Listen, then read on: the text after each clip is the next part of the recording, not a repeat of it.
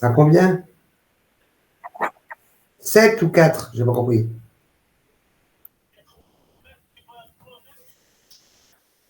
Non, 7 alors, ok, oui. Bonjour à tous, bienvenue. Est-ce que vous pourriez, s'il vous plaît, couper vos micros? Et puis, on va attendre jusqu'à 30 que tout le monde veuille bien arriver sur le webinaire. Merci beaucoup.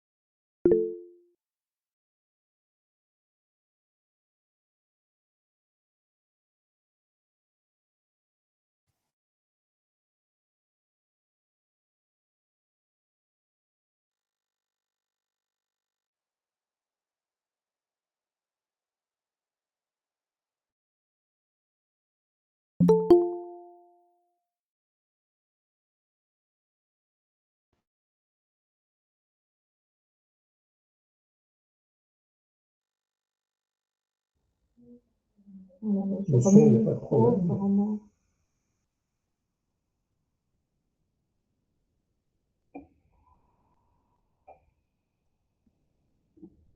On peut peut-être pas ouvrir le son encore.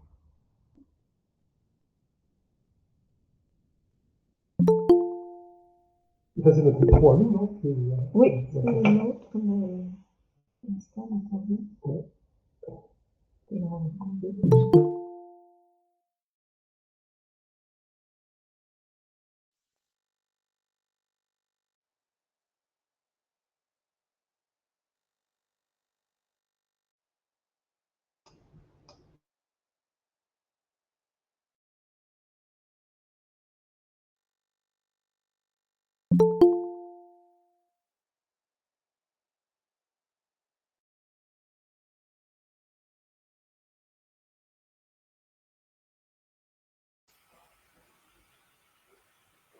Bonjour.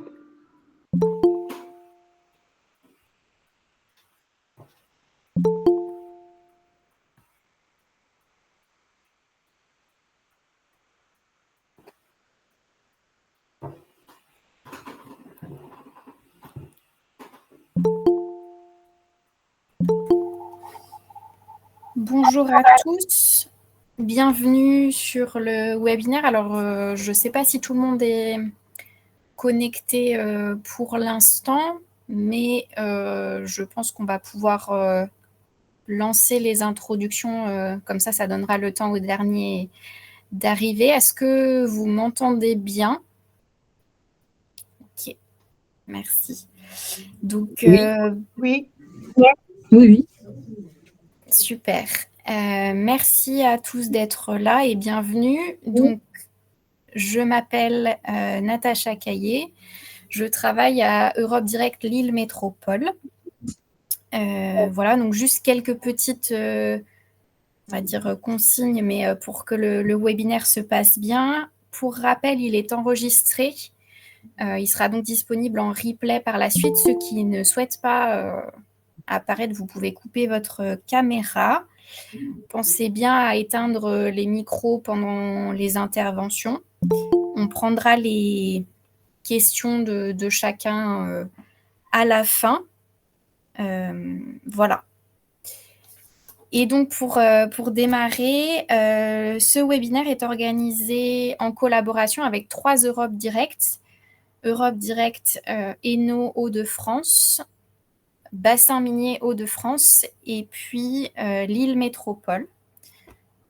Donc, un Europe Direct, qu'est-ce que c'est? C'est un label de la Commission européenne dans le cadre duquel on fait de l'information et de la sensibilisation à l'Union européenne. Donc, c'est un peu un guichet unique au plus proche des territoires pour répondre aux questions des citoyens, des structures locales sur l'Union européenne. C'est vraiment un lien entre l'Union européenne et les citoyens. Voilà, et on est 49 en France. Aujourd'hui, on est là pour parler emploi et affaires sociales dans les territoires et quel est le soutien que l'Union européenne apporte justement aux territoires sur ces thématiques-là.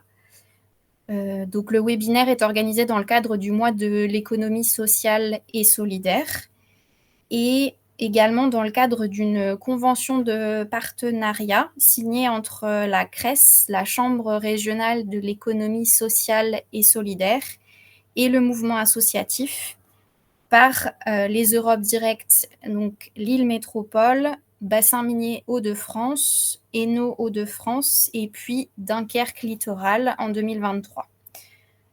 Voilà pour l'introduction du webinaire. Donc, juste pour vous donner quelques informations sur le programme de cette heure et demie, on va parler du soutien de l'Union européenne dans les champs de l'emploi et des affaires sociales, un petit peu le cadre réglementaire et puis le Fonds social européen, plus particulièrement dans les Hauts-de-France et le Nord-Pas-de-Calais.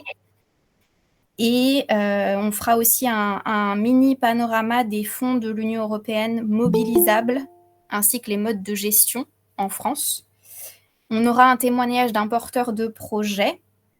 Et on terminera par la présentation de la DG Emploi, donc son service et ses activités à la Commission européenne, la Direction générale de l'emploi.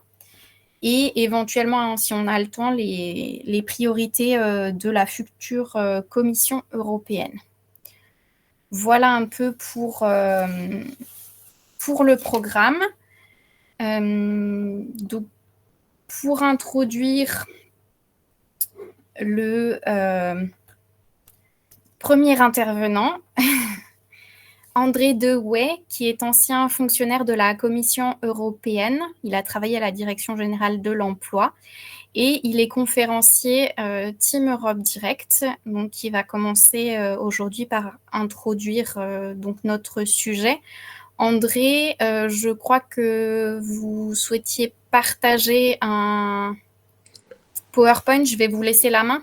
Oui, je me suis permis de garder la main sur ça parce qu'il y avait des animations, si on peut dire, qui auraient peut-être été un peu compliquées à gérer à distance. Donc voilà. Pas de souci, normalement c'est bon pour vous. Alors, je vais voir si comme ça, diffusion de l'écran, il y a un décompte qui est en train de se faire. Voilà. Bon, et je vais faire en sorte que ma présentation soit affichée. Voilà. Est-ce que vous voyez ma présentation ou pas? Pas encore? Alors, moi, c'est bon de mon côté. Ça bon, a l'air d'être bon, ouais. Voilà. Merci. C'est bon. C'est très bien. Voilà, ben merci. Je peux y aller, Natacha? Oui, allez-y. Voilà, ben merci beaucoup pour votre présentation. Je crois qu'il n'y a rien à ajouter sur mon identité, si je peux dire les choses comme ça. Donc, comme vous l'avez compris, je suis un ancien un jeune ancien de la DG Emploi à la Commission européenne, où j'ai fait une grande partie de ma carrière. Et donc, mon intention, c'est de vous parler pendant quelque chose comme une demi-heure de la manière d'intervenir du Fonds social en particulier, donc dans les territoires. Mais si vous le voulez bien, moi j'avais envie de prendre peut-être un spectre plus large pour commencer et de répondre directement à la question: comment l'Union européenne intervient-elle dans les territoires? Quel soutien fournit-elle? Et là, il faut peut-être justement un peu élargir le spectre, parce que elle intervient avec différents outils. Et le premier que j'avais envie de mentionner, c'était le fait qu'elle crée des droits tout simplement. C'est une chose qu'il faut garder en tête quand même. Elle dispose, grâce au traité, principalement de compétences pour créer du droit positif, donc créer des droits au profit des individus. Pour rapidement résumer les choses et un peu illustrer ce que je veux dire, on peut mentionner quelques textes récents comme la directive sur les salaires minimums de 2022, ou bien la recommandation de 2023 sur les revenus minimums. Notez bien au passage la différence entre une directive qui fixe un cadre législatif que les États appliquent, alors qu'une recommandation, c'est une recommandation, ce n'est pas quelque chose de contraignant. On peut aussi mentionner la directive sur les travailleurs de plateforme qui est sur le point de rentrer en vigueur, et puis on peut aussi mentionner la directive sur l'amélioration des conditions de travail des stagiaires qui est en cours de négociation. Donc voilà tous des exemples récents de quelque chose qui impacte déjà les personnes au niveau personnel et donc au niveau des territoires indirectement. Un deuxième mode d'intervention qui va avoir de l'importance dans ce que je vais dire après, c'est que l'Union peut aussi intervenir en organisant des mécanismes de coopération et de coordination entre les États. Elle a des compétences, particulièrement dans le domaine social, en matière de création de droits positifs qui sont restreintes. C'est les États qui l'ont voulu. Si vous allez lire l'article concerné dans le traité, vous verrez, c'est assez édifiant. C'est une rédaction très, très minutieuse pour donner juste les compétences que les États voulaient donner à l'Union. Et donc, au-delà de ça, elle a aussi des compétences plus larges dans le domaine social pour organiser des mécanismes de coopération et de coordination entre les États. Et on va donc y revenir. On peut aller voir l'article dans le traité qui montre qu'elle peut intervenir de manière assez large dans le domaine social à ce niveau-là. On peut aussi se souvenir de ce qui s'est passé durant les quelques décennies qui se sont écoulées. Quand je dis quelques décennies, c'est peut-être pour les plus anciens, mais enfin bon, fin des années 90, il y avait par exemple la stratégie européenne pour l'emploi, et puis il y a eu la stratégie de Lisbonne, et puis il y a eu la stratégie Europe 2020, et puis maintenant il y a le semestre européen. Tout ça, ce sont chaque fois des processus où on ne crée pas des contraintes, des obligations légales à proprement parler, mais on pousse les États à coopérer et à se coordonner pour aller vers un objectif commun.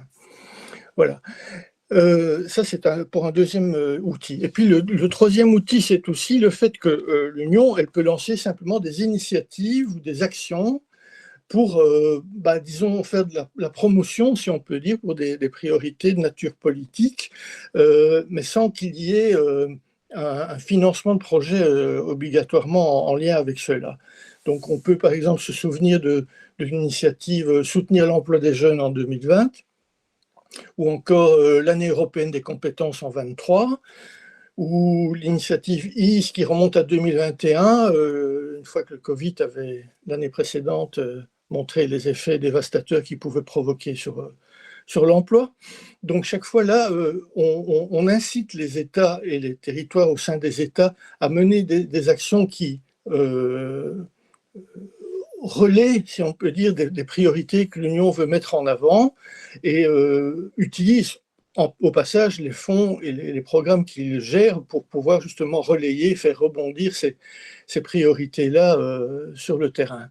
Mais il ne s'agit donc pas de mode de financement direct. Et puis alors évidemment, il y a le soutien financier à des projets, c'est ce dont on va surtout parler aujourd'hui, et en particulier en se focalisant sur le Fonds social européen. Voilà. Ça, c'est pour montrer à quel point l'Union peut intervenir sous différentes formes, de différentes natures, qui ne se limitent donc pas à un soutien financier à des projets, même si on va s'appesantir plus longuement là-dessus par la suite. Alors pour le Fonds social européen, moi j'avais envie quand même d'ajouter quelque chose, c'est que le Fonds social européen, c'est peut-être utile de rappeler qu'il a une double origine. Hein. D'une part, depuis le tout début de l'aventure ce qu'on appelait la communauté européenne, et même la communauté économique européenne, c'était un fonds qui était dédié à, si on peut dire, mettre de l'huile dans les rouages du marché commun qui avait été lancé. Voilà. On savait qu'avec cette réalisation du marché commun, il allait y avoir du mouvement de la main-d'œuvre qui allait s'opérer, selon certains flux particuliers, évidemment, et le but était de former, d'aider, de financer la formation de ces personnes-là pour faire en sorte que, pour dire clairement les choses, que le profil, les compétences de la main-d'œuvre répondent aux besoins qui existaient sur le marché commun en train de se construire. Par la suite, il y a eu aussi des interventions qui visaient à corriger des inégalités qui se développaient en matière, par exemple, de travail des hommes par rapport au travail des femmes, ou bien des jeunes par rapport aux travailleurs plus aguerris, plus expérimentés. Donc, là aussi, le Fonds social est intervenu. Donc, ça, c'est une première origine, mais la deuxième origine aussi qui mérite d'être mentionnée, c'est qu'à partir des années 70, et surtout dans les années 80, le Fonds social s'est rattaché à la politique de cohésion parce que cette politique a été imaginée puis insérée dans les traités dans les années 80, et là, le Fonds social a joué aussi depuis lors un rôle dans la cohésion territoriale pour faire en sorte que des régions ne soient pas en retard par rapport à d'autres. Et il est intervenu pour soutenir des projets à ce niveau-là. Voilà, ça c'est une première chose que je veux dire sur le Fonds social. La deuxième chose, c'est que, vous le savez sans doute, le Fonds social s'appelle FSE+, depuis 21.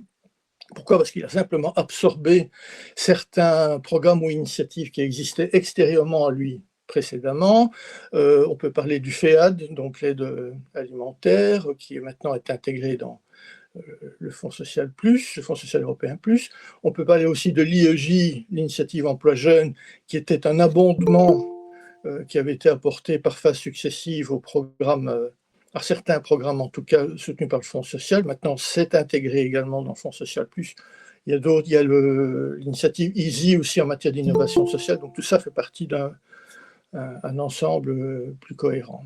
Voilà, donc ça c'est ce que je voulais dire sur le Fonds social. Alors, deuxième chose que je voulais dire aussi, avant de rentrer vraiment dans le vif du sujet, c'est que, vous allez le voir, les programmes du Fonds social européen, FSE+, donc, reposent sur des priorités qui constituent les ingrédients des différents programmes qui sont donc financés. Alors, quelles sont ces priorités, ces ingrédients ? D'une part, moi je voudrais parler et rappeler quand même le rôle du semestre européen là-dedans. C'est un des inputs importants dans la confection des programmes. Le semestre européen, je l'ai déjà mentionné, c'est un processus qui consiste à coordonner différents aspects des politiques nationales, dans le domaine macroéconomique, dans le domaine budgétaire, de l'emploi, etc. Chaque printemps, fin de printemps, des recommandations sont adressées aux États pour les inciter à orienter leur politique dans les domaines que je viens de dire, selon, disons, des besoins, des intérêts qui les dépassent un peu, c'est-à-dire des intérêts qui vont faire en sorte que leur propre politique budgétaire, macroéconomique, etc., vont aller dans le même sens pour bénéficier à l'ensemble de l'Union. Les recommandations qui ont été adressées à la France au printemps 24, pour vous donner un exemple, elles touchaient par exemple à ceci pour le volet social: remédier aux pénuries de compétences, encourager la participation, encourager la participation à la formation, améliorer les performances du système éducatif et renforcer la profession d'enseignant. Donc voilà toutes des priorités que le semestre a adressé à la France en lui disant « vous devriez mettre l'accent là-dessus dans vos politiques nationales ». Un autre groupe de priorités qui mérite d'être mentionné, qui est très important au niveau social, c'est le socle européen des droits sociaux. C'est aussi un input important. Le socle européen des droits sociaux, je vais vous montrer avec un petit graphique ce que ça représente. C'est un ensemble de 20 principes qui couvrent à la fois des actions législatives, des actions de coordination sur 3 groupes de thèmes. Vous le voyez ici avec les 3 couleurs différentes, donc égalité des chances et accès au marché du travail, conditions de travail équitables et protection et inclusion sociale. En 21, donc le socle lui-même a vu le jour en 2017. En 21, on a adjoint à ce socle 3 objectifs européens. Vous les voyez inscrits ici en bas à gauche. Peut-être que c'est un peu trop petit, donc je vais le lire. 78% de la population âgée de 20 à 64 ans doit avoir un emploi d'ici 2030. 60% des adultes doivent participer, devraient, à des activités de formation. Et on ambitionne de réduire le nombre de personnes menacées de pauvreté et d'exclusion sociale de moins de 15 millions sur l'ensemble de l'Union. Et dans la foulée, il y a eu des objectifs nationaux qui ont été décidés aussi, vous les voyez inscrits ici à droite, en bas, pour la France. Voilà. C'est un socle qui continue à jouer un rôle très important parce qu'il est simplement l'objet d'un pilotage continu. Il est le fruit d'une activité qui a été particulièrement volontariste, je trouve, ça c'est mon avis personnel, dans la période 2014-2020, à l'époque de la commission Juncker à la Commission européenne. Et c'est une continuité qui ne va pas de soi, parce que, là, pour tout vous dire, la présidence belge, qui a donc présidé le Conseil de l'Union pendant le premier semestre 2024, a voulu un petit peu rafraîchir le processus, si on peut dire. Il y a une déclaration qui a été conclue et on n'est pas arrivé à faire participer la totalité des États membres. Pour des raisons qui sont peut-être un peu longues à expliquer ici, mais c'est pour dire que s'entendre, se coordonner sur un ensemble de principes que chacun est prêt à suivre au sein de chaque État pour les réalisations prévues dans le domaine social, ce n'est pas une chose si simple. Voilà. Alors, je veux encore mentionner, en ce qui concerne les priorités, les ingrédients, comme je l'ai dit, c'est d'une part mentionner les priorités qui sont évidemment identifiées sur le terrain national et infranational, c'est un ingrédient essentiel également. On ne reçoit pas des diktats de Bruxelles pour dire des choses comme on a parfois l'habitude de l'entendre. Et enfin, il faut évidemment mentionner ce qui va revenir après dans mon explication sur les objectifs spécifiques qui sont listés dans le règlement Fonds social et qui vont constituer la trame, si on peut dire, des programmes sur lesquels le Fonds social intervient, que le Fonds social soutient. Donc voilà ce que je voulais dire d'entrée de jeu. Les modes de la Commission de l'Union sont variés, il faut les avoir tous en tête, et d'autre part, pour les programmes que nous soutenons, que le Fonds social européen soutient, les inputs sont, comme vous l'avez compris, différents, variés, mais en même temps très cohérents. Je n'ai pas trop insisté là-dessus, mais si vous voyez l'ensemble des thèmes, par exemple, sur le socle européen des droits sociaux, ce sont des thèmes qu'on va retrouver assez facilement dans les objectifs spécifiques et qui sont aussi une inspiration pour les recommandations du semestre. Donc tout ça se tient assez bien. Voilà. Alors rentrons maintenant dans le vif du sujet, si vous le voulez bien. Comment les programmes sont élaborés et mis en œuvre? Tout va bien jusqu'à présent, ça va pour OK. Alors, comment les programmes sont mis en œuvre? Je me répète un petit peu, mais donc, les programmes soutenus par le Fonds social mettent d'abord en œuvre des priorités établies par l'Union et des priorités qui sont complétées par les problématiques nationales et infranationales, je viens de le dire. Et je l'ai dit aussi, mais je le répète parce que c'est important, les programmes sont aussi structurés sur base des objectifs spécifiques qui vont être choisis programme par programme dans une liste de 13 objectifs et dont le choix doit être justifié. Alors, ceci étant dit, ce n'est pas encore tout, parce qu'il ne s'agit pas de choisir les objectifs pertinents pour ce qu'on veut faire. Il faut quand même souligner le fait que, par ailleurs, dans les programmes, certaines thématiques vont devoir recevoir une enveloppe financière minimum, c'est ce qu'on appelle la concentration thématique. Je peux vous montrer rapidement en quoi ça consiste pour les points les plus importants en France. Par exemple, sur le total du budget FSE+, en France, l'inclusion sociale doit représenter un quart de cette enveloppe.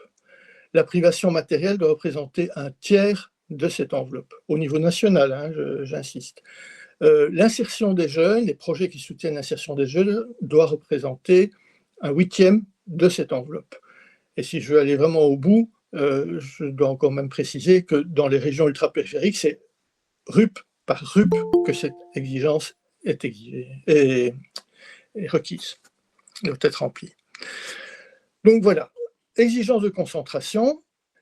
En plus, il faut aussi quand même mentionner que dans les programmes, on se fixe des objectifs. Vous savez que c'est sur une période de 7 ans que les programmes vont se dérouler. Donc, on se fixe des objectifs. On se dit que, par exemple, on veut avoir réussi à former X milliers de personnes au bout des 7 ans. Et pour ce faire, il y a des indicateurs de suivi qui vont être d'ailleurs relevés à mi-parcours, c'est à peu près maintenant, et puis en fin de parcours aussi. Donc, ce suivi-là est aussi un élément très important. Et enfin, ce n'est pas la moindre des choses, je peux vous parler d'expérience, les programmes, avant d'être lancés, doivent aussi montrer patte blanche, si je peux dire, et doivent montrer qu'ils respectent une série de points, sur une série de points, les règles européennes. C'est ce qu'on appelle les conditions favorisantes. Est-ce que, par exemple, on a mis les moyens en œuvre pour que la Charte européenne des droits fondamentaux soit respectée, pour que la Convention des Nations Unies sur le droit des handicapés soit respectée? Est-ce qu'il y a une stratégie prévue en matière de travail, d'éducation et en matière de santé, par exemple? Des dispositifs comme ça sont sur pied pour que pendant le déroulement des programmes, on soit bien sûr que les ambitions européennes et même internationales soient respectées, soient accompagnées, si on peut dire, dans la réalisation de ces programmes. Donc voilà le contexte que je voulais d'entrée de jeu vous décrire. Mais tout ceci, j'ai surtout voulu le mentionner pour vous indiquer que les fonds européens, ce ne sont pas un simple levier financier pour l'État ou pour les collectivités territoriales en France ou ailleurs. Ils doivent être compris d'abord comme un moyen de mettre en œuvre des priorités politiques et stratégiques de l'Union qui disposent d'un budget pour réaliser ces priorités. Et ça, c'est une chose qui doit être gardée en tête. Voilà, ceci étant dit, on peut alors regarder de plus près ce qui est le contenu même des programmes. Et d'abord, je voudrais regarder dans un premier temps et répondre à la question dans quel domaine ces programmes peuvent-ils intervenir. Comme je l'ai dit, il y a dans le règlement du FSE+, 13 domaines, je devrais même dire 13 objectifs spécifiques, c'est leur nom, qui sont listés. Et donc, les autorités qui confectionnent les programmes auront à l'origine choisi les objectifs spécifiques qui couvrent le plus précisément les projets qu'elles veulent soutenir. Alors, ces objectifs spécifiques sont variés. J'ai encore en plus forcé le trait en scindant certains d'entre eux. Il y a par exemple l'accès à l'emploi. Donc, aider les personnes, chômeurs de longue durée, jeunes, etc., à accéder à l'emploi. Il y a l'économie sociale et solidaire, dont Julien Debèze parlera après. Il y a donc le soutien à l'économie sociale et solidaire. Il y a la modernisation des services du marché du travail. Il y a les projets qui visent à améliorer l'égalité homme-femme, par exemple, et l'équilibre entre vie privée et vie professionnelle. L'adaptation au changement, le vieillissement actif des travailleurs, l'amélioration des systèmes d'éducation et de formation, la validation de l'apprentissage, la promotion et la mise sur pied de systèmes d'outils de validation de l'apprentissage, l'égalité d'accès à la formation pour les personnes les moins favorisées en priorité, bien sûr, l'apprentissage tout au long de la vie, l'égalité des chances et la non-discrimination, la lutte contre la discrimination, le soutien aussi à l'insertion, à l'accompagnement des ressortissants des pays tiers, l'accompagnement aussi des membres des communautés marginalisées. Et alors, plus que quatre d'ailleurs, points que j'ai mentionnés en jaune, qui ont une particularité neuve, c'est qu'avec cette génération-ci de programmes, il y a des thématiques, vous les voyez là, accès à des services abordables, soutien au système de protection sociale, soutien au système de soins de santé, soins de longue durée, intégration sociale et lutte contre la privation matérielle. Ce sont des thématiques qui ont la particularité de ne pas requérir un lien direct avec l'employabilité. Voilà. C'est quelque chose qui était une constante et quelque chose de général dans les interventions du Fonds social avant. Là, il se trouve qu'il y a des priorités, des objectifs spécifiques qui ne requièrent pas que les projets soutenus aient une dimension d'accompagnement vers une meilleure employabilité. On intervient d'abord pour socialement aider les personnes sur les différentes thématiques que vous voyez, que vous avez là sous les yeux. Voilà. Ensuite, un autre volet, c'est de savoir quels sont les acteurs qui interviennent. Alors tout ça dépend de la structure, de l'architecture institutionnelle des États membres. En France, ce n'est pas obligatoirement simple, mais ça n'est pas le plus compliqué non plus. On va avoir, eu égard aux décisions prises par les acteurs français, les autorités françaises, on va avoir 13 conseils régionaux en métropole qui vont être chacun des autorités de gestion de 13 programmes, où le Fonds social plus intervient. On va avoir également 4 conseils régionaux ou collectivités territoriales dans les régions ultrapériphériques. Il y en a une qui manque, pour ceux qui ont la liste en tête, c'est Mayotte, mais Mayotte, le FSE n'intervient pas dans le cadre d'un programme focalisé sur Mayotte, qui n'est d'ailleurs pas une région, mais enfin bref.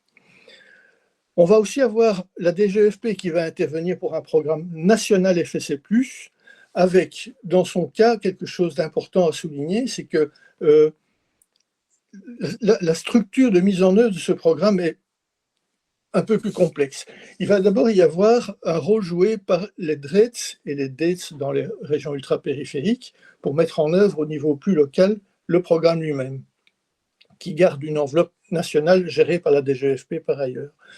Il va aussi y avoir, de la part des DREETS et des DEETS, des délégations à des organismes intermédiaires en fonction de leurs compétences, principalement les départements, parce que le rôle en matière d'intégration sociale est clair, et aussi, pour la même raison en grande partie, les PLI, d'autres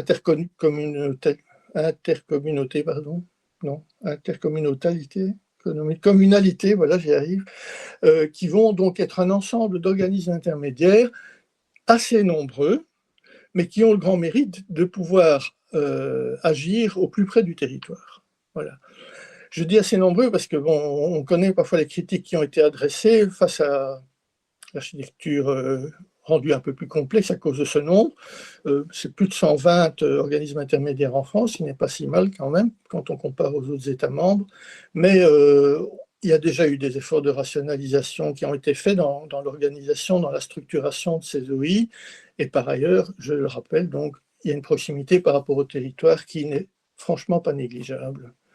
Donc voilà pour le programme national, FSE+. On doit aussi mentionner le programme d'aide alimentaire géré par la Direction générale de la cohésion sociale. Voilà.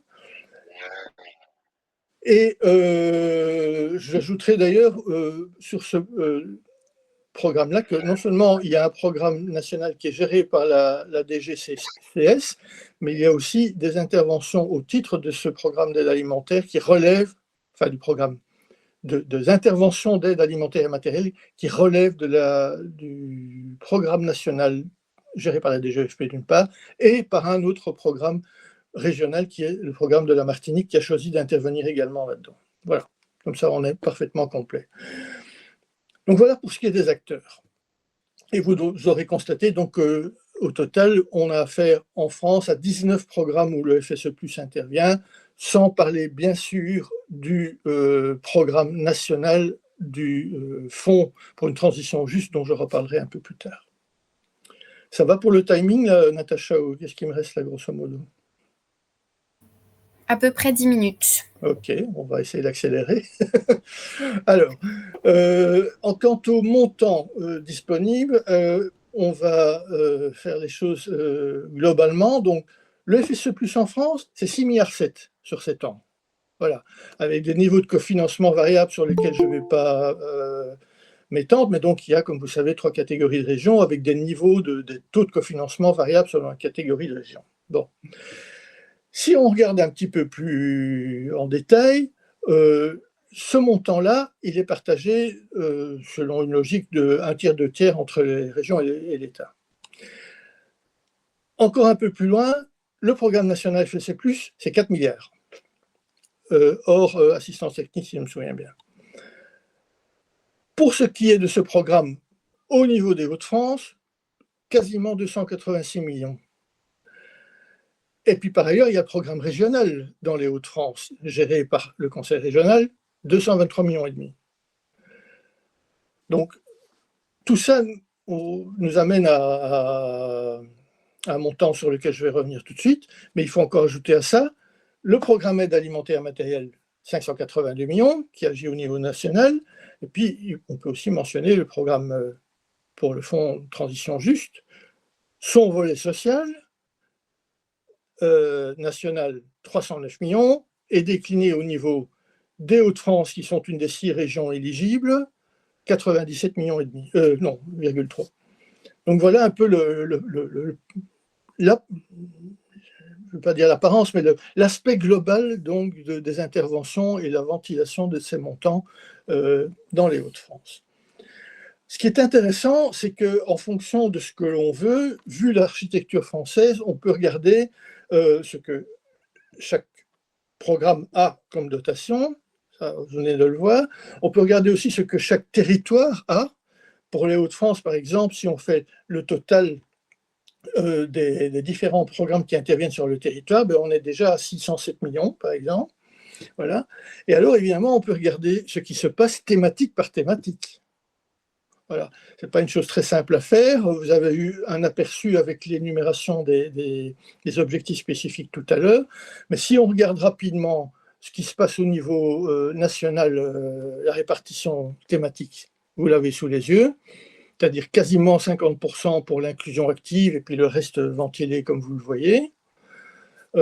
Si on regarde au niveau des Hauts-de-France, là on voit que l'inclusion active prend une place plus importante dans le volet Hauts-de-France du programme national. Et si, alors en fin de compte, on regarde ce qui se passe dans le programme régional Hauts-de-France, ben là forcément on change un peu de registre puisque les compétences ne sont pas les mêmes. Et vous voyez que la formation professionnelle mange une grosse moitié du programme, parce que c'est la compétence de la région, forcément. Donc vous voyez, les visions, les angles de vue varient selon ce qu'on recherche, évidemment. Voilà. Donc c'est grosso modo ce qu'il y avait d'utile à dire sur les montants. Oui, ça c'était un slide concernant les différents taux de cofinancement, mais on va skipper. Et alors, je voudrais terminer par 2 aspects pour vraiment donner un panorama le plus complet quand même. C'est que d'une part, j'ai parlé du Fonds social plus tout à l'heure, mais il y a aussi d'autres types de soutien financier qui touchent au domaine social et qui existent soit en gestion partagée, soit en gestion directe, c'est-à-dire où le rapport est direct entre l'Union et le bénéficiaire. Et je voudrais citer au moins le Fonds Asile, Migration et Immigration, qui, comme vous le savez, est géré par le ministère de l'Intérieur en France et a pour objectif de contribuer à une gestion des flux migratoires et à une mise en œuvre la plus harmonieuse qui soit donc de la politique commune en matière d'asile, de protection subsidiaire et de protection temporaire. Le FAMI a évidemment des accointances, si je peux dire, avec des domaines sur lesquels le Fonds social peut intervenir aussi. C'est pourquoi il y a eu une ligne assez précise définie dans l'accord de partenariat français. C'est un document dont je n'ai pas encore parlé, mais enfin, il résume un peu l'intervention de différents fonds en France, dont le FEDER, dont Margot parlera après, je crois. Et pour ce qui est des rapports famille FSE, c'est là-dedans que c'est inscrit. Il y a une ligne qui dit, voilà, ça c'est le FSE, ça c'est le famille, de manière à ce qu'on ne se tire pas dans les pattes, si vous me permettez cette formule un peu triviale. Voilà. L'autre que je voulais mentionner, c'est le programme pour l'innovation sociale, EASY, qui lui est en gestion directe, qui est un petit peu, c'est un peu rapide de dire ça, mais une sorte de rampe de lancement à des projets qui pourront être repris par après dans des programmes soutenus par le Fonds social, mais qui est donc la continuation déjà d'autres expériences dans le passé et qui permet, sur un niveau plus local, plus à petite échelle, de tester des idées et de mettre en évidence celles qui sont donc réalisables plus tard à une plus grande échelle. Voilà. Enfin, pour terminer, si vous le permettez, moi je voudrais quand même pas passer sous silence différentes initiatives supplémentaires qui sont apparues au fil du temps et principalement depuis 2020 pour répondre à différentes crises comme le Covid, la crise énergétique liée à la guerre en Ukraine, la crise des réfugiés, la crise climatique. Alors dans tous ces cas de figure, l'Union est intervenue, elle a réagi de différentes manières.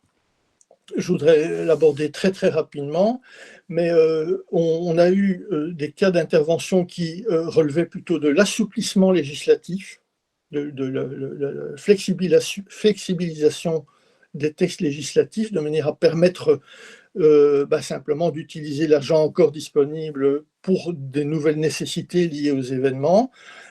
C'est les initiatives du genre CRI ou CARE, CRI 1, CRI 2, puis CARE, dont certains se souviennent. Ça, c'est un premier aspect. Un deuxième aspect, c'est des interventions qui ne se sont pas limitées à des assouplissements, mais à des financements complémentaires. Alors, REACT-EU est le grand exemple à ce niveau-là. Il a été possible, si je peux dire, grâce au fait que, comme vous le savez, l'Union a obtenu le droit de faire des emprunts sur le marché international des capitaux, et du coup, elle a eu progressivement des ressources supplémentaires qui ont permis de financer des financements du type de REACT-EU, permettant donc de nouveau d'intervenir plus dans le cadre des programmes existants pour, par exemple, en réagissant au Covid, préserver l'emploi des salariés, soutenir la création d'emplois, soutenir des mesures d'inclusion sociale, tout ça donc avec de l'argent frais. On peut aussi mentionner SURE, qui est une initiative, elle, qui visait plus soutien des actions de réduction de risque de chômage dans les États membres sous forme de prêts. Donc ça a été effectué également. Il faut mentionner également le Fonds pour une transition juste. Pour dire très rapidement les choses, il y a un volet social, il y a un volet plus économique là-dedans.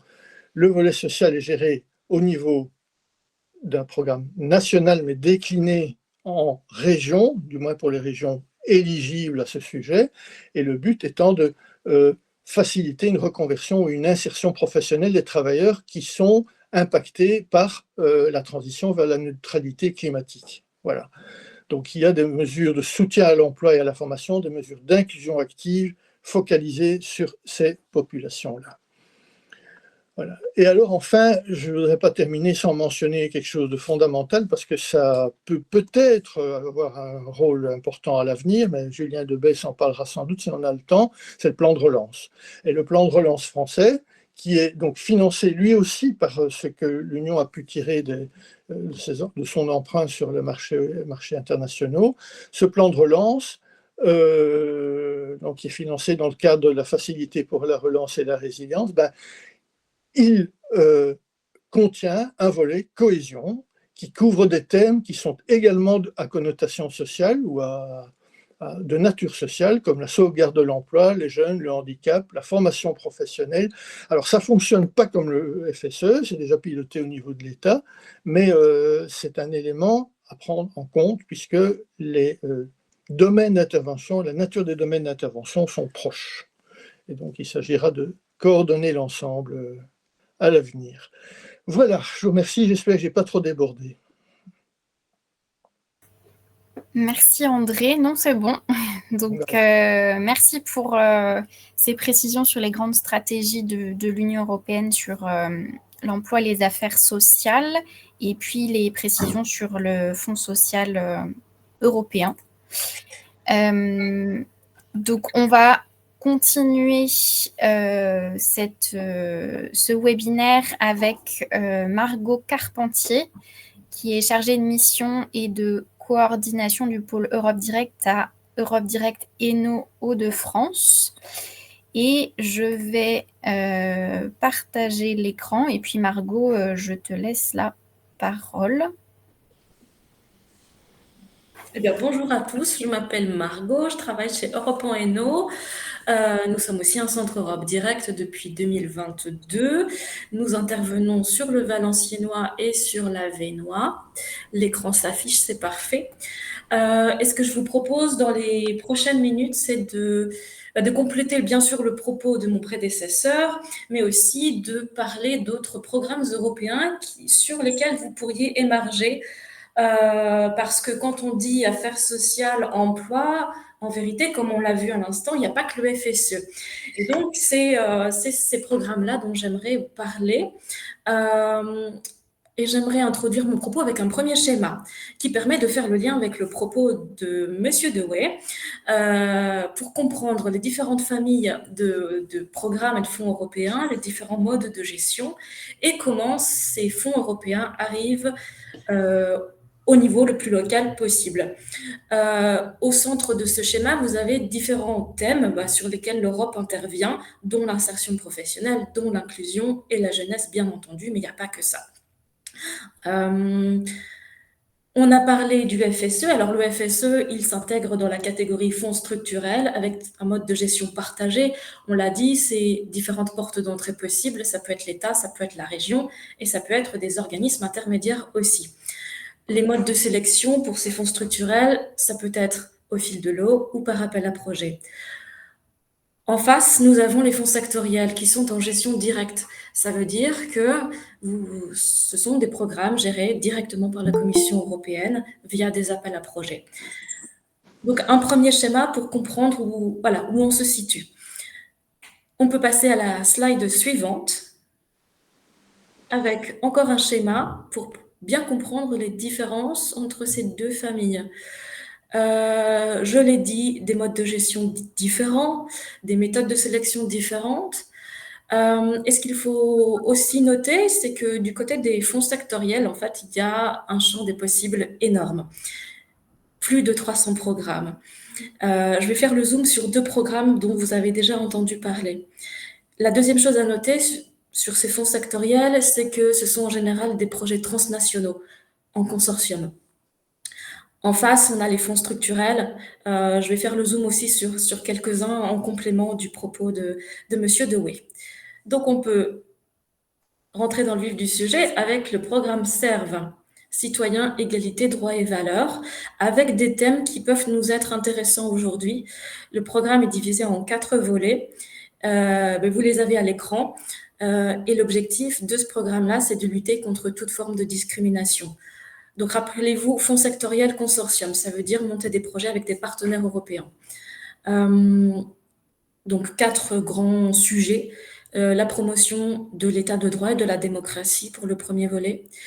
L'égalité de genre pour le deuxième volet. Alors là, je vous ai mis aussi une petite liste de sujets qui peuvent s'intégrer dans ce deuxième volet. Troisième volet, engagement et participation des citoyens. On parle de jumelage, par exemple. On parle de mémoire européenne aussi. Alors, ça n'est pas notre propos aujourd'hui, mais c'est intéressant à noter. Et le volet Daphné, pour combattre, prévenir toute forme de violence faites aux femmes, enfants et autres groupes à risque. Il y a une variété de bénéficiaires qui sont éligibles à ce programme-là. Ça peut être aussi bien des acteurs publics que des acteurs privés. Mais n'oubliez pas, les projets éligibles à ce programme se font en consortium. Et j'aimerais, sur le programme SERV, parler d'un projet exemplaire pour vous donner plus d'éléments et pour se rendre compte aussi des budgets qui sont alloués aux bénéficiaires. Je vais prendre un exemple financé dans le cadre du volet 4, le volet Daphné. Je vous enverrai les ressources aussi après ce webinaire pour que si vous le souhaitez, pour que vous puissiez approfondir la chose. J'ai identifié un projet coordonné par un partenaire belge qui s'est associé à un autre partenaire belge, un partenaire en Grèce et un partenaire au Danemark, par exemple. Et là, le projet consistait à élaborer des campagnes de communication et de prévention pour lutter contre les violences sexistes en ligne, et en particulier à destination des jeunes hommes, des garçons. Le budget total de ce projet, c'est 970 000 euros. La part de l'Union européenne, c'est 875 000 euros. C'est environ 90% d'intervention de l'Europe. Donc, je voulais quand même vous donner du concret aujourd'hui avec un projet exemplaire, mais il y en a plein. Et ce PowerPoint sera envoyé à l'issue du webinaire où vous pourrez cliquer à certains endroits et retrouver ces projets-là. Donc ça, c'était pour le programme SERV. Je passe à un deuxième programme. Vous avez déjà, j'imagine, entendu parler du programme Erasmus. Et bien, le programme Erasmus, il est divisé aussi en plusieurs volets. Il y a le volet scolaire, enseignement supérieur, et il y a un volet qui peut nous intéresser aujourd'hui, c'est le volet éducation des adultes. Souvent, dans l'inconscient collectif, je dirais qu'on pense que Erasmus est réservé aux étudiants, mais pas que. En vérité, on peut partir en mobilité à tout âge et à tout moment avec Erasmus. Et ça concerne aussi les acteurs de l'ESS, de l'action sociale, de l'emploi, de l'insertion et de l'éducation populaire, entre autres. Vous avez la liste à l'écran. Et l'objectif de ce volet-là, éducation des adultes, alors oui, c'est un volet que l'on connaît un peu moins, mais qui est, je pense, sans doute intéressant pour vous. L'objectif, c'est de renforcer les connaissances, l'expérience et ou les compétences tout au long de la vie. Je vous ai mis aussi quelques thèmes traités dans ce cadre-là. Lutte contre l'illettrisme en milieu carcéral, inégalité homme-femme, sensibilisation aux difficultés rencontrées par des femmes migrantes. Voilà, il y a un certain nombre de sujets qui sont traités dans ce volet-là. On parle d'Erasmus, donc on parle de mobilité à l'étranger. On parle aussi, je le redis, de consortium, de projet en consortium. Donc ça veut dire un partenaire français plus un partenaire portugais, plus un partenaire suédois, par exemple. Vous pouvez faire partir vos bénévoles, vos salariés, vos bénéficiaires. Pour faire quoi? Pour faire deux choses. Soit pour observer des pratiques chez votre partenaire, soit pour produire des outils, des guides, des ressources en commun. Et j'aimerais là aussi vous parler d'un projet exemplaire que j'ai identifié pour vous donner encore des ordres d'idées sur le thème traité et sur les budgets. C'est un projet que vous pourrez retrouver sur le site Erasmus, bien sûr. Donc, un projet qui a été mené par une ONG autrichienne qui s'est associée à un organisme à Bordeaux. Et il y a une artiste autrichienne qui est venue en mobilité à Bordeaux dans une ONG, si je ne dis pas de bêtises, pour retranscrire en BD des parcours de vie, des récits de vie de femmes migrantes qui sont arrivées en France. Donc, l'objectif, c'est de promouvoir des valeurs de tolérance, de solidarité, l'égalité des chances aussi. Un chiffre intéressant, donc c'est un projet, je reprends mes notes, c'est un projet qui a duré 1 an, 2 partenaires, l'Autriche, la France, et là, la subvention Erasmus s'est élevée à 60 000 euros, par exemple. Je vous ai mis un lien intéressant sur cette slide qui vous redirigera vers un recueil de projets financés dans le cadre Erasmus Éducation des adultes. Donc, je l'ai mis à l'écran, et les collectivités, par exemple, sont éligibles, les acteurs privés aussi. Alors, juste une dernière chose sur Erasmus avant de passer à la suite. Ce qu'il faut noter pour ce volet-là, les organismes qui sont éligibles, en fait, ce sont des organismes, par exemple, qui délivrent, qui proposent des formations non certifiantes, c'est-à-dire qui vont lutter contre l'illettrisme, qui vont accueillir des migrants chez eux et qui vont leur apprendre à lire, à écrire, des compétences de base, mais pas de formation certifiante chez ces organismes-là. J'en ai terminé sur Erasmus. Donc il y avait 2 exemples sur le volet fonds sectoriel. Ce qu'il faut retenir, c'est consortium, plusieurs partenaires, et évidemment qu'il faut s'inscrire dans le cadre de chacun des programmes pour prétendre à des crédits européens, bien évidemment, et en quoi votre projet répond à ces priorités-là. Qu'est-ce que vous allez produire ensemble, comment vous allez travailler ensemble. Ce qui est important de savoir, ce qui est important surtout dans un projet européen, c'est l'aspect collaboratif. J'en ai terminé pour la famille des fonds sectoriels. Maintenant, on va passer aux fonds structurels. Donc, il y a 5 fonds structurels. On a déjà parlé du FSE, du FTJ. FTJ, Fonds de transition juste, Fonds social européen. Le FEAMPA, je ne vais pas en parler parce que ce n'est pas le sujet du jour. Ça concerne la pêche, les activités maritimes. Donc, je vais me concentrer plutôt sur le LEADER, le FEADER, programme LEADER financé par le FEADER, rattaché à la politique agricole commune. Et je vais parler aussi du FEDER avec les programmes de coopération territoriale Urbact, Interreg et aussi les programmes opérationnels gérés par les régions. Alors, ensuite, voilà, je vais commencer par le LEADER. Alors, vous voyez déjà à l'écran que ça concerne les zones rurales périurbaines. L'objectif de ce programme-là, c'est d'accompagner le développement des zones rurales en soutenant des projets locaux innovants, mais pas que dans le domaine agricole. Et c'est ce que je vais vous montrer aujourd'hui. Qui est éligible à ce programme? Des acteurs publics et des acteurs privés. LEADER, c'est un programme un peu à part dans tous les programmes européens. On pourrait dire que c'est l'équivalent des organismes intermédiaires pour le FSE, si je peux me permettre cette comparaison, puisque c'est le GAL, en fait, qui décide d'octroyer cette subvention à chacun des projets présentés, sous réserve qu'ils s'inscrivent dans une stratégie territoriale bien définie. Le GAL, ça veut dire groupe d'action locale. C'est à la fois un périmètre géographique bien défini. Dans les Hauts-de-France, par exemple, c'est à minima 2 intercommunalités. Mais dans d'autres régions, ce sera peut-être autrement. Donc, c'est à la fois un périmètre géographique, mais à la fois un groupe d'acteurs. Et dans ce groupe de partenaires, on retrouve des élus locaux, des chefs d'entreprise, des partenaires associatifs, des citoyens lambda. Et c'est un programme à part parce que ce sont vraiment les gens du territoire qui décident où va l'argent européen et à quel projet.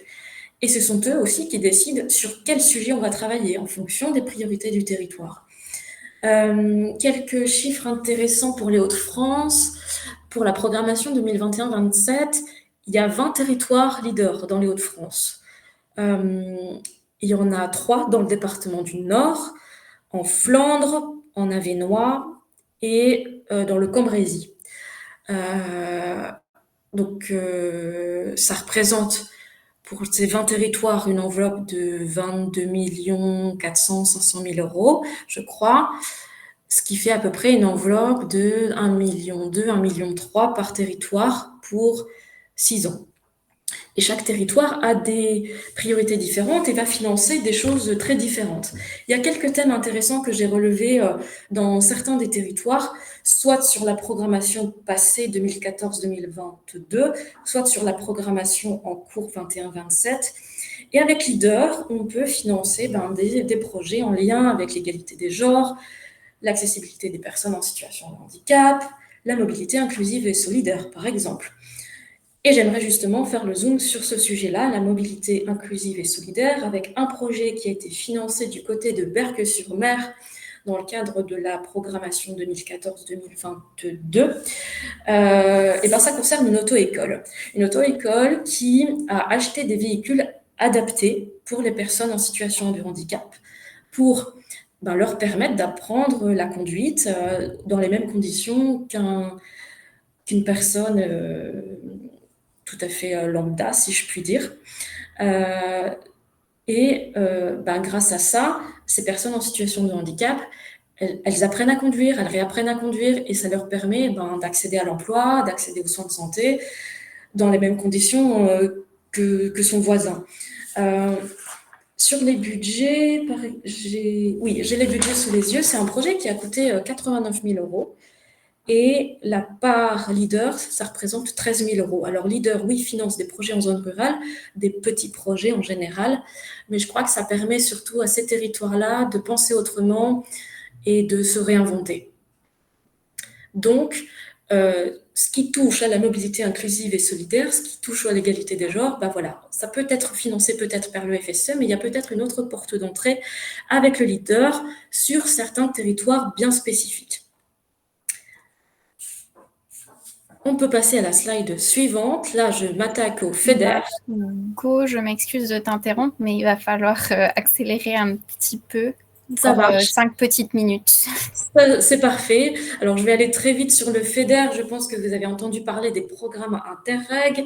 Il y a différents niveaux de lecture sur les programmes Interreg avec un certain nombre de priorités aussi pour chaque programme. Et si vous souhaitez émarger sur ces programmes, bien regarder ce qu'il est possible de faire. Alors, la cohésion sociale, parfois, est mise en valeur. Là aussi, acteurs publics et acteurs privés sont concernés. On peut financer tout un tas de choses. Accès aux soins de santé, accès à un emploi de qualité, on peut travailler sur la perte d'autonomie des personnes âgées, etc., etc. Je vous inviterai à cliquer sur le lien pour découvrir une ressource utile sur les différentes catégories de programmes Interreg. Il y a le transfrontalier avec, en ce qui nous concerne en Hauts-de-France, France Wallonie-Flandre, par exemple. Mais il y a aussi Alcotra pour France-Italie. Il y a Rhin supérieur pour France, Allemagne et Suisse, par exemple. Oui, la Suisse fait partie de ces programmes-là. Petite parenthèse. FEDER, Coopération territoriale européenne, programme Interreg. Je peux dire 2 mots du programme Urbact aussi. Alors, ça concerne davantage les villes. Là aussi, on est sur de la coopération territoriale européenne et on peut parler de tous ces sujets que j'ai mentionnés à l'instant. Ce sont des réseaux de villes qui travaillent ensemble, qui échangent des pratiques ensemble. Très rapidement, le FEDER aussi, ce sont les programmes opérationnels développés par les régions. Donc là, je vous invite à vous rapprocher de vos régions respectives pour savoir ce qu'il est possible de faire. Mais là encore, il y a un champ des possibles énorme. On peut traiter de plein de sujets. Et dans chaque programme opérationnel, vous avez la liste des bénéficiaires éligibles. Vous avez des projets types qui sont finançables par le FEDER dans chacun de vos territoires. Et on peut passer à la slide suivante, le fonds de transition juste, on en a parlé tout à l'heure. Il y a un volet social. Le est concerné, par exemple. Nous pilotons ici, chez Europe.no, le volet social du FTJ. André Dewey en a parlé tout à l'heure. Ça concerne justement la transition écologique et comment un territoire engage sa transition. Et ici, en Hainaut, on vient en appui au PLI sur des choses très concrètes, sur notamment comment on va engager des allocataires du RSA vers les métiers de la transition, par exemple. Là aussi, je vous ai mis une ressource utile que je vous invite à consulter après ce webinaire. Et voilà, j'en ai terminé. Je vous ai donné quelques pistes et j'espère qu'elles vous seront utiles. Et je vais passer la main maintenant à un porteur de projet qui a bénéficié du FSE à plusieurs reprises. Donc, c'est Audrey Mouly. Est-ce qu'elle est bien là? Oui, je suis là. Donc, à vous, je vous passe la parole. Je vous invite à vous présenter, bien sûr, à présenter votre structure. Et puis, à quel moment vous avez demandé du FSE, pourquoi faire, quels sont les résultats. À vous la parole. Ok, merci. Bonjour à tous. Comme j'étais introduite, je m'appelle Audrey Mouly, je suis directrice de la structure Espoir Avenir. On est basé dans le Valenciennois et notre métier est un atelier chantier d'insertion. Donc, on navigue dans l'économie sociale et solidaire et on navigue précisément dans l'insertion par l'activité économique. Donc, j'ai cherché du FSE depuis pas mal d'années. À l'origine, j'étais un porteur orienté vers l'organisme intermédiaire de l'OI du Hainaut. Et aujourd'hui, j'ai basculé sur les fonds portés par le département. Donc là, j'ai déposé une demande pour les années 2022 jusqu'à 2025 au niveau du FTJ. Et le but est d'accompagner les personnes en insertion sur notre territoire dans le cadre de notre ACI. Donc, on travaille sur l'accompagnement des personnes. Donc, pour parler chiffres, parce que je vois que depuis le début de la réunion, il y a beaucoup de chiffres qui sont dits. Donc, comme je vous l'ai dit, c'est pour 2022 jusqu'à 2025. Le coût total du projet est de 1 378 368 € précisément, et Espoir peut prétendre à une subvention de 440 000 €. Donc, sachant que ma structure a un budget à peu près de 2,2 millions, c'est quand même des fonds intéressants à aller chercher. Ça nous permet d'accompagner 367 personnes sur l'ensemble des années. Et pour vous donner une idée, c'est entre 80 et 100 personnes à l'année accompagnées dans ma structure. Alors, au niveau de ma structure, on porte différents supports d'activité. Donc, ça peut être le bâtiment, les espaces verts, le traitement des déchets bâtiments, de l'éco-pâturage. Et en fait, vraiment, ce qu'on dépose, c'est pas forcément les supports d'activité, c'est vraiment l'accompagnement que l'on fait dans le cadre du FSE. Donc, moi, je pense que c'est important dans mon intervention que je vous explique un petit peu comment on dépose un dossier et ce qu'il faut savoir quand on dépose un dossier. Pour moi, le FSE, il ne faut pas y aller pour 5 €. Voilà, il y a beaucoup de rigueur à avoir. Et si on y va, il faut y aller quand même pour une somme conséquente parce qu'il faut prendre le temps de former les équipes. Et c'est vrai que sur le Valenciennois, on a un organisme qui nous permettait d'accéder à des formations sur comment on rentre les indicateurs, comment on dépose un dossier, comment on fait un bilan, donc comment on fait un budget. Donc, on était vraiment accompagné de A jusqu'à Z. Mais c'est des formations qu'il faut vraiment utiliser à plusieurs dans la structure, parce que parfois dans les structures, ça tourne et au moment du bilan, on ne sait plus comment on fait. Du coup, il faut que plusieurs personnes soient formées à tout ça au niveau de l'Europe. Donc, quand vous déposez un dossier, d'abord, on va vous demander de décrire les contours du projet. Donc, quelle est votre activité? Donc, moi, je suis dans le dispositif insertion et retour à l'emploi. Du coup, il faut lire à quoi correspond. Vous avez accès à des aides, bien sûr, et il faut lire exactement à quoi correspond ce dispositif, cet objectif, pour que votre projet rentre bien dans le cadre du Fonds européen du financement. Si vous faites plus, c'est bien, mais si ça ne rentre pas dans le cadre du Fonds européen, ça ne sert à rien d'aller en chercher. Il faut vraiment rentrer dans le cadre. Donc déjà, la première chose, il faut regarder si vos activités rentrent dans les différents dispositifs qui vous ont été présentés et voir là où vous pouvez aller en chercher. Ensuite, il faut faire un diagnostic, savoir pourquoi on va chercher du fonds européen. Effectivement, si c'est pour accompagner des personnes, si c'est le retour à l'emploi, qu'est-ce que vous visez? Il faut faire le diagnostic de notre public, de notre territoire. Il faut faire le détail de nos activités. Donc, l'accompagnement, oui, c'est bien, mais en quoi ça consiste précisément? Quelles sont les actions que vous allez mettre en place? Ensuite, vous devez décrire les finalités. Les finalités, c'est, moi, je vais chercher des fonds européens pour accompagner précisément 367 personnes entre 2022 et 2025. Et les différents types d'activités que je vais mettre en place, ce sont les chantiers d'insertion, des rendez-vous individuels, de l'accompagnement collectif, et ainsi de suite. Donc, à chaque fois, il faut vraiment bien décrire votre projet. Ensuite, on va vous demander les moyens humains. Donc, il y a des personnes qui vont rentrer directement dans le financement. Donc, par exemple, vos encadrants techniques, vos conseillers d'insertion. Voilà. Par contre, si vous avez un directeur de structure, lui rentre dans le forfait administratif. Voilà. Et là, quand vous déposez vos moyens humains, il faut vraiment être vigilant. Donc ça, je rentre un peu dans le détail, mais il faut des lettres de mission que la personne rentre bien dans le 100% dans le cadre du projet que vous déposez.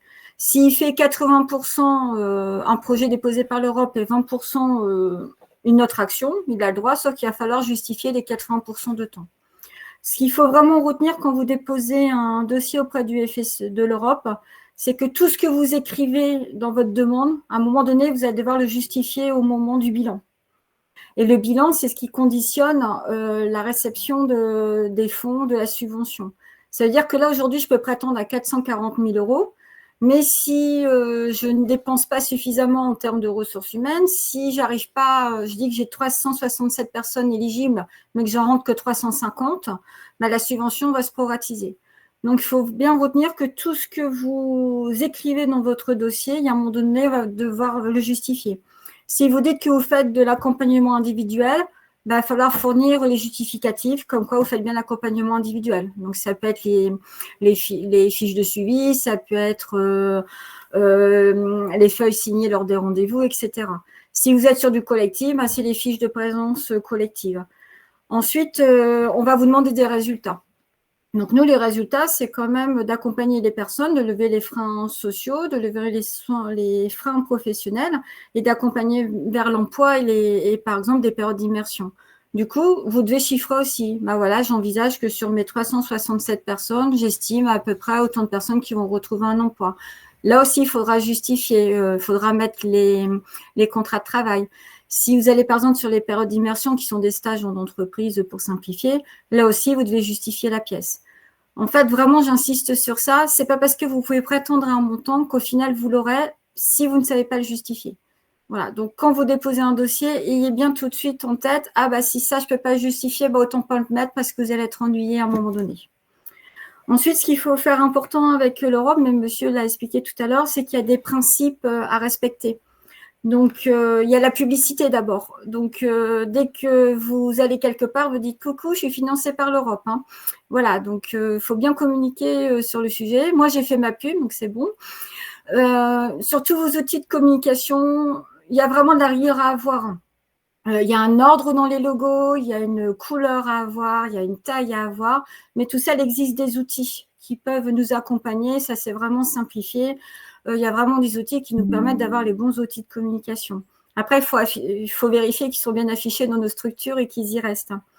Ensuite, vous avez les principes transversaux. Donc, par exemple, l'égalité homme-femme, la non-discrimination. Alors, il ne suffit pas de dire « Ah oui, on fait attention à l'égalité homme-femme ». Il faut le prouver. Voilà, qu'est-ce que vous mettez en place? Est-ce que vous mettez en place des ateliers? Est-ce que vous avez de l'affichage? L'accès handicapé, est-ce que vous avez un accès PMR?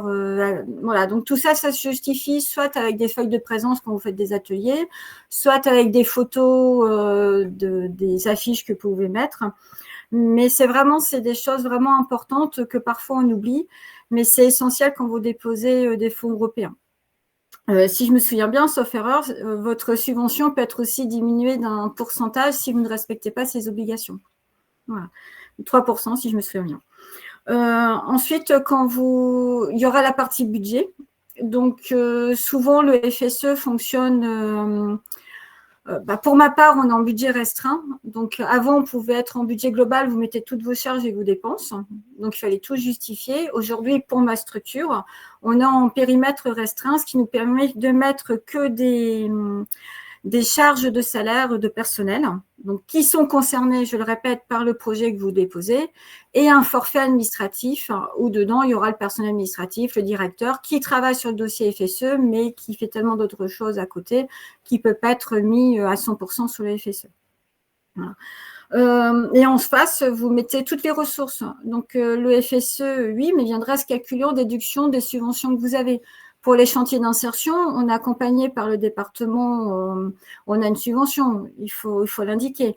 On est parfois accompagné par les comités d'agglo, il faut l'indiquer tout aussi. Donc tout ça, ça vient diminuer la part du FSE. Et aussi, toute cette partie subvention, c'est comme les charges, vous devez les justifier. Donc les charges, vous les justifiez avec vos fiches de paie, des fiches temps, des lettres de mission et autres. Et tout ce qui est subvention, c'est tout simplement vos conventions de subvention. Après, il y a un document type à remplir. Mais là, c'est pareil. Tout ce que vous dites, il faut le justifier. Et si vous n'arrivez pas à justifier une subvention, on l'enlève. Voilà. Si vous n'arrivez pas à justifier une charge, on l'enlève. Voilà. Le but du FSE, ça permet quand même d'avoir une belle somme sur le projet. Chez nous, ça représente 31,95%, donc c'est vraiment pas négligeable.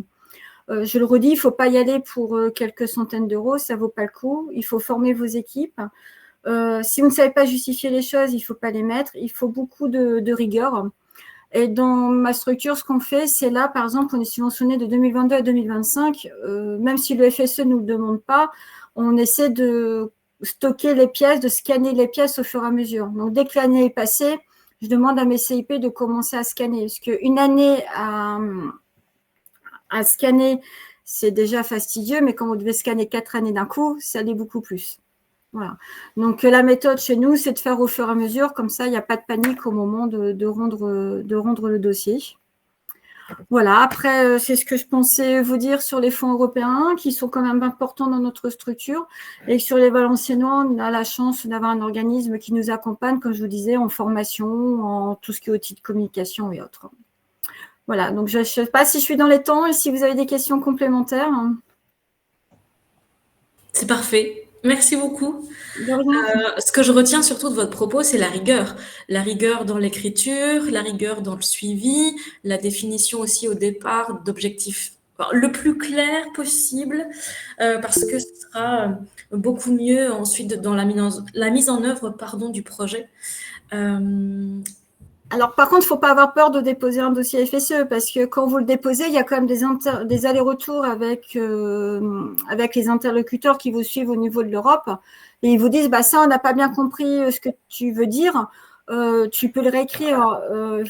Oui, il faut de la rigueur pour ne pas se tromper dans le bilan, mais il faut tenter sa chance quand même. Il y a quand même de l'accompagnement qui est fait, je suppose, sur tous les territoires. Et il y a des allers-retours avec les personnes qui sont chargées de traiter nos dossiers. Et j'en profite pour terminer sur votre témoignage. Et bien sûr qu'il y a de l'accompagnement disponible, que ce soit à n'importe quelle échelle. Alors pour le Hainaut, enfin dans votre cas, ça a été l'organisme intermédiaire du Hainaut, Europe en Hainaut, mais il y a le département du Nord, il y a la région Hauts-de-France. On vous enverra à la suite du webinaire des contacts utiles à solliciter dans vos territoires pour présenter vos projets, voir si c'est éligible, voir si ça correspond aux appels à projets, etc., etc. Vous n'êtes pas seul dans vos demandes et dans vos réflexions. Et merci à Rudy d'avoir complété mes propos dans le chat.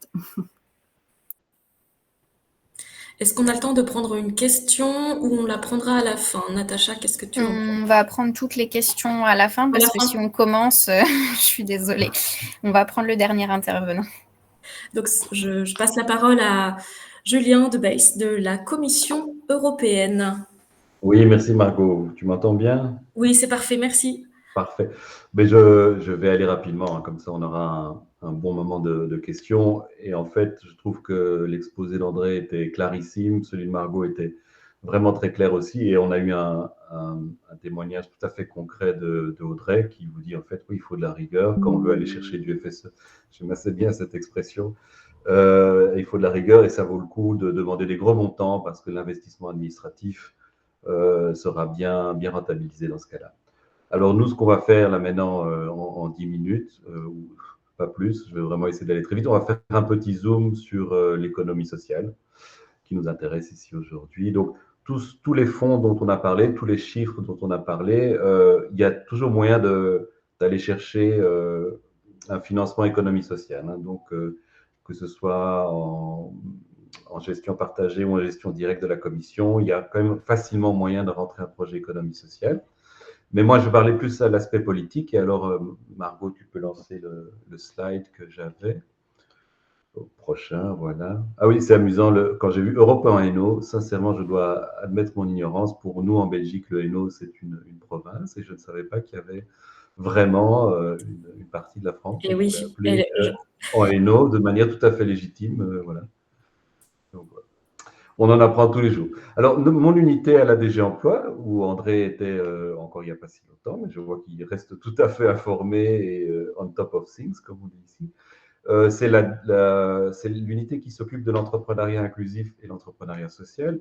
Je vais dire un mot rapidement sur l'entrepreneuriat inclusif. C'est assez simple, en fait. L'entrepreneuriat inclusif, ce sont toutes les politiques qui visent à faire rentrer dans l'entrepreneuriat les groupes qui y sont sous-représentés.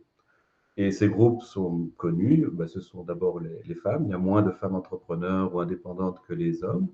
Et puis alors, ce sont d'autres groupes tels que les jeunes, moins de 25, moins de 29 ans, ou alors les migrants, les personnes avec handicap aussi. Et alors, c'est moins fréquent, mais ça se développe un petit peu aussi, c'est l'entrepreneuriat des seniors. Alors, nous, qu'est-ce qu'on fait il y a pas mal de choses qui sont en cours au niveau de la Commission européenne, mais dans mon équipe, voilà, ce qu'on fait, c'est qu'on produit principalement de l'analyse sur ce qui existe au niveau des États membres. On fait ça avec l'OCDE et tous les 2 ans ou 3 ans, on publie le fameux Missing Entrepreneurs Report. Donc, les entrepreneurs qui manquent, sous-entendu, si on avait des meilleures politiques, voilà ceux qui pourraient accéder à l'entrepreneuriat.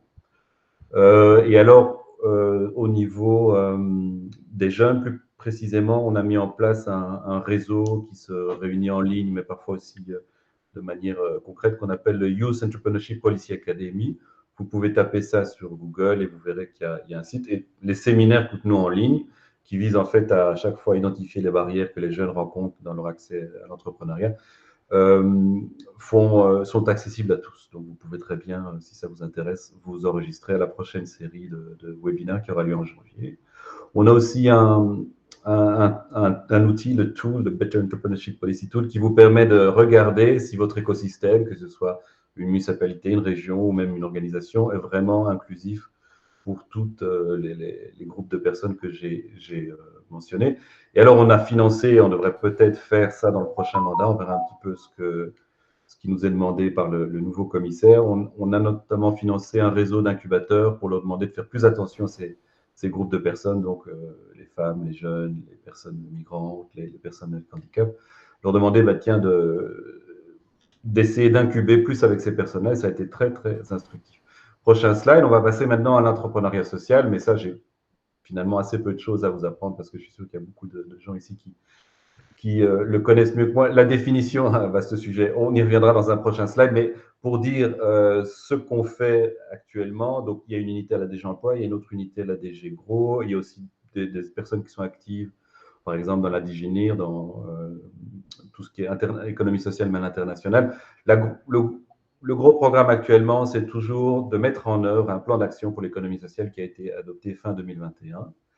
Et voilà, il y a environ plus de 50 actions. Oui, je donnerai les liens, il n'y a pas de souci. Mais si on Google le plan d'action, on le trouve, mais il n'y a aucun souci pour donner les liens. Où est-ce que j'en étais? Oui, il y a plus de 50 actions, plus de 60 actions dans ce plan d'action. Et en fait, on avance tellement vite qu'on va sans doute faire, lorsqu'on doit faire le bilan à mi-chemin de ce plan d'action, on va sans doute annoncer de nouvelles actions parce qu'on en a déjà accompli pas mal et je viendrai un peu sur le détail de cela. Le prochain slide, oui, ça c'est pour vous dire que ce plan d'action ne sort pas de nulle part. Il a été un peu initié 10 ans auparavant par le commissaire Barnier, qui avait fait l'initiative pour l'entrepreneuriat social. Prochain slide. Pourquoi un plan d'action? Parce que l'économie sociale, c'est génial et surtout, ça représente plein d'emplois rémunérés et d'organisations. Ça, vous avez des chiffres. On vient de sortir une nouvelle étude, justement, avec la DG Gros, qui essaie de mettre des chiffres sur l'économie sociale. C'est vraiment pas évident parce que ça dépend de la méthodologie retenue et quelle que soit la méthodologie, il y a des gens qui après sont pas contents parce que c'est ou trop restrictif ou au contraire trop large. Prochain slide.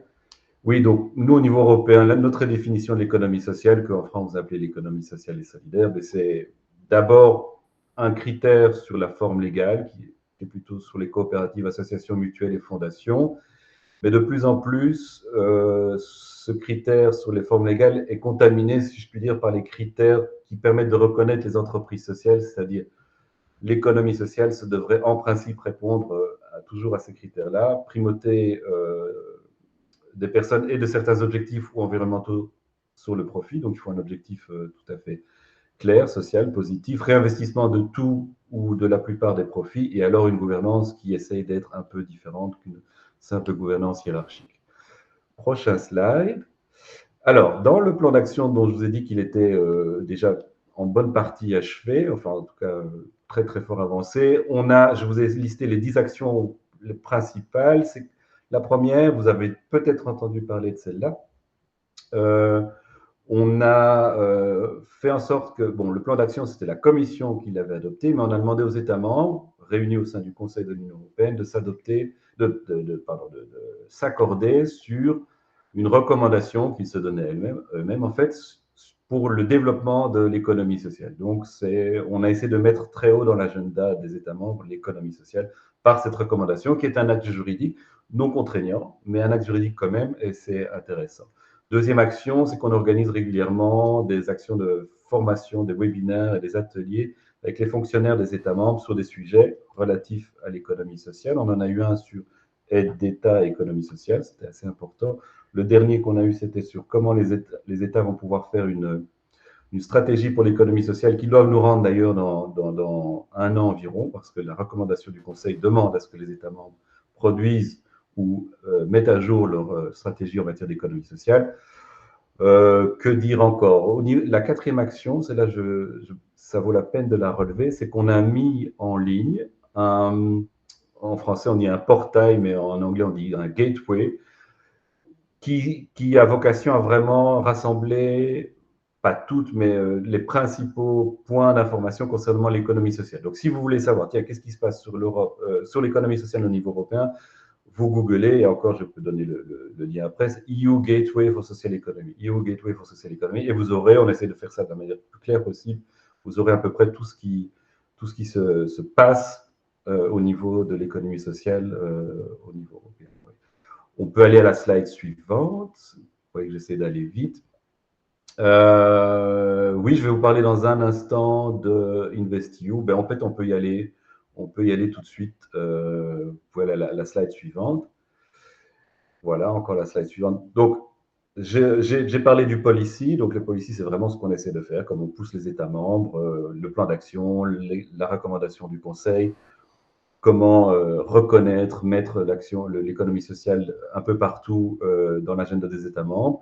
On a aussi un instrument financier qui s'appelle InvestEU. Donc, tout ce qui a été dit par André, Margot et Audrey reste valable, mais je vais vous parler très rapidement, comme ça on aura un peu de temps pour les questions. On a un outil intéressant qui s'appelle InvestEU, et les économistes dans l'Assemblée l'expliqueront mieux que moi, qui à partir d'un budget de 10 milliards qui vient du budget de l'Union européenne, on arrive en fait à, c'est ce qu'on appelle l'effet de levier ou l'effet multiplicateur, on arrive à mobiliser beaucoup de fonds privés qui permettent ensuite de financer des projets. Slide suivante. Et donc, dans ce InvestEU, la garantie que donne l'Union européenne, elle se répartit sur ces 4 grands pôles. Et celui qui nous intéresse plus particulièrement, même si les petites et moyennes entreprises ou tout ce qui est sustainable infrastructure, c'est aussi intéressant, mais c'est Social Investment and Skills, où on a 2,8 milliards de garanties. Et avec ça, qu'est-ce qu'on va faire principalement? En fait, on va toujours aller trouver des intermédiaires financiers. Donc, on va aider les intermédiaires financiers à aider l'économie sociale ou le microcrédit. Donc, en France, ce sera de mémoire ADI, Crédit Agricole, France Active, ce genre d'intermédiaires financiers. Qu'est-ce qu'on fait? On réduit les risques en leur donnant une garantie. Eux vont pouvoir augmenter leur portefeuille de financement, soit directement vers des entreprises de l'économie sociale, que ce soit par des prêts, et maintenant je crois qu'on peut même faire de l'equity, ou du quasi-equity, ou alors on va aller chercher on va leur permettre de mieux garantir ou de plus prêter d'argent à tout ce qui est institut de microfinance, qui eux-mêmes donc vont pouvoir prendre plus de risques et avoir plus de clients en microfinance. Donc ça, c'est l'instrument InvestEU. Je crois que le dernier slide, voilà, ça montre un petit peu comment, avec une garantie, en passant par la Banque européenne d'investissement ou le European Investment Fund, on arrive à toucher des intermédiaires financiers, donc Crédit Agricole, France Active, etc., qui ensuite touchent les personnes, vraiment, les structures elles-mêmes, qui, elles, sont vraiment sur le terrain. Donc, nous, au niveau de la Commission, on est assez loin, on essaie de vraiment rester en contact avec le terrain, mais finalement, on est assez loin, mais apparemment, ce qu'on fait peut aider à débloquer des situations, et ça, on en est vraiment heureux. Voilà, j'ai été très vite, je pense, et c'est bien. Ah oui, alors, approche holistique, oui, dans InvestEU, il y a bien sûr il y a le fonds, les fonds, donc l'argent, mais aussi tout ce qui est accompagnement des projets, parce que ça, c'est pas négligeable. Donc, il y a aussi des instruments financiers qui permettent de financer ces mécanismes d'accompagnement. Est-ce que j'ai encore un slide après? Non, je crois que c'est le dernier. Oui, donc ça, c'est pas important, ça revient sur InvestEU. Je suis désolé, voilà, merci pour votre attention. J'ai tellement de présentations parallèles que parfois je ne sais pas exactement ce que j'ai dans mes slides. Mais je suis à disposition, comme les autres intervenants d'ailleurs, pour vos questions. Merci beaucoup pour cette présentation. Donc, je vais arrêter le partage d'écran, comme ça permettra à tous de mieux se voir. Donc, on va prendre les questions des différentes personnes. Donc, si vous pouviez lever la main et quand vous posez votre question, juste présenter très, très brièvement votre structure. Pour rappel, donc, le webinaire est enregistré. Un lien vous sera envoyé avec l'enregistrement début décembre, ainsi que les supports PowerPoint avec les liens. Voilà. Et donc, je crois qu'Eric a une question. Et si on oublie certaines qui ont été posées dans le chat, n'hésitez pas à nous rappeler par la suite. Eric? Oui, bonjour à tous. Alors, j'ai pris le webinaire en cours de route, je suis désolé. J'avais pas le lien avant. Bon, voilà, il a fallu que j'aille à la pêche pour le récupérer.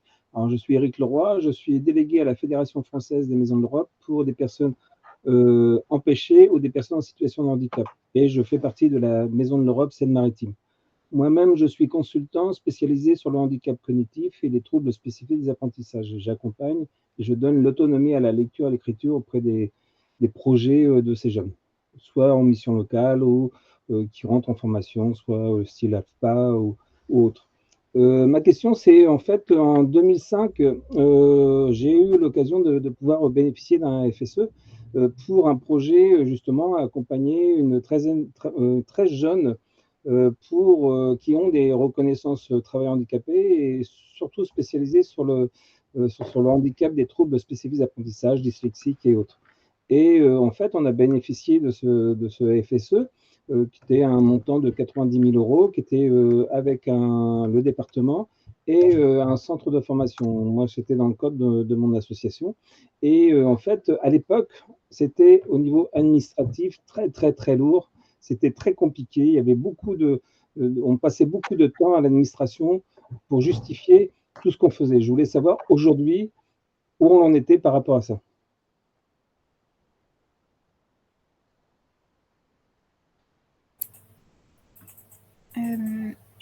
Je ne sais pas si peut-être Audrey, vous souhaitiez reprendre la parole sur le projet que vous êtes en train de gérer. Donc, si j'ai bien compris la question, c'est tout ce qui est justification du temps passé. Alors moi, je fais le plus simple dans ma structure. À partir du moment où vous avez des personnes 100% à temps plein sur l'action, vous faites une lettre de mission et ça facilite la vie. Ce qui est beaucoup plus compliqué, c'est quand vous avez des personnes qui sont sur 2 projets en même temps, européens ou pas, hein, et du coup, vous devez vraiment justifier leur temps, comme ce sont des temps partiels ou autres, il faut vraiment justifier leur temps. Et je trouve que ça reste un peu compliqué. Donc, je ne connais pas en 2005, mais je trouve que quand la personne n'est pas à 100%, c'est un peu compliqué. Il faut vraiment pouvoir justifier le temps que la personne a passé dans la journée sur telle action et sur l'action européenne. Voilà. Et quand c'est un permanent à temps plein, la lettre de mission se justifie avec les fiches de paie. Voilà. Le plus simple, c'est ça. D'accord, oui, je vois que en fait, les choses n'ont pas tellement été allégées par rapport à ça, parce que c'est vrai que nous, on a fait ce projet pendant 5 ans, et en fait, pendant 5 ans, c'est vrai qu'on a passé beaucoup de temps au niveau administratif et beaucoup moins sur l'action dans laquelle on devait, et ça, c'est un peu dommage. Ou bien, à ce moment-là, il fallait nommer quelqu'un pour s'occuper que de l'administratif par rapport au FSE. Oui, c'est une critique récurrente, hein, c'est la complexité des justifications, autant celle demandée par l'Europe que celle demandée par l'échelon national. Il n'y a pas de formule magique. J'espère que progressivement, avec la confiance qui s'établit entre les partenaires, on va pouvoir alléger toutes ces contraintes. Mais effectivement, oui. André, tu es… Le micro. Voilà, je voulais pas te couper la parole, mais j'acquiesce d'abord sur le fait que c'est une remarque récurrente, et je trouve que quand même Audrey Mouly a très bien présenté les choses, parce qu'elle a cité, elle a nommé les choses négatives d'une part, mais elle en a quand même retiré des aspects positifs aussi, qui restent que malgré tout, il y a un apport, ne fût-ce que financier, qui est tout à fait appréciable pour le projet qu'elle porte. Ça étant, il y a une volonté de simplification. Je me souviens que quand il y a eu le lancement de la période de programmation actuelle, il y avait cette volonté-là qui était très affichée. Voir ce que c'est devenu, c'est une autre affaire.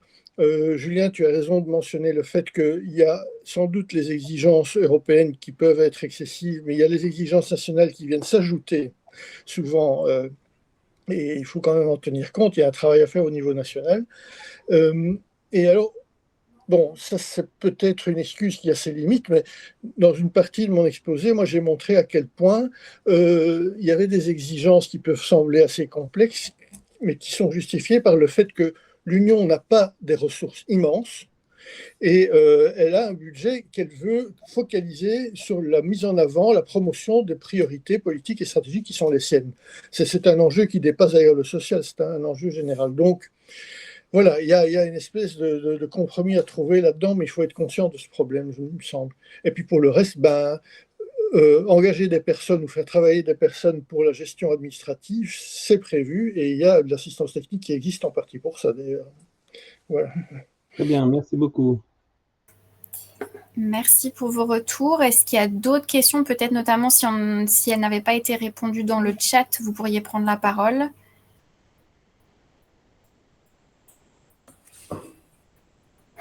Je crois qu'on a essayé de répondre à certaines questions au fil de l'eau quand cela a été possible.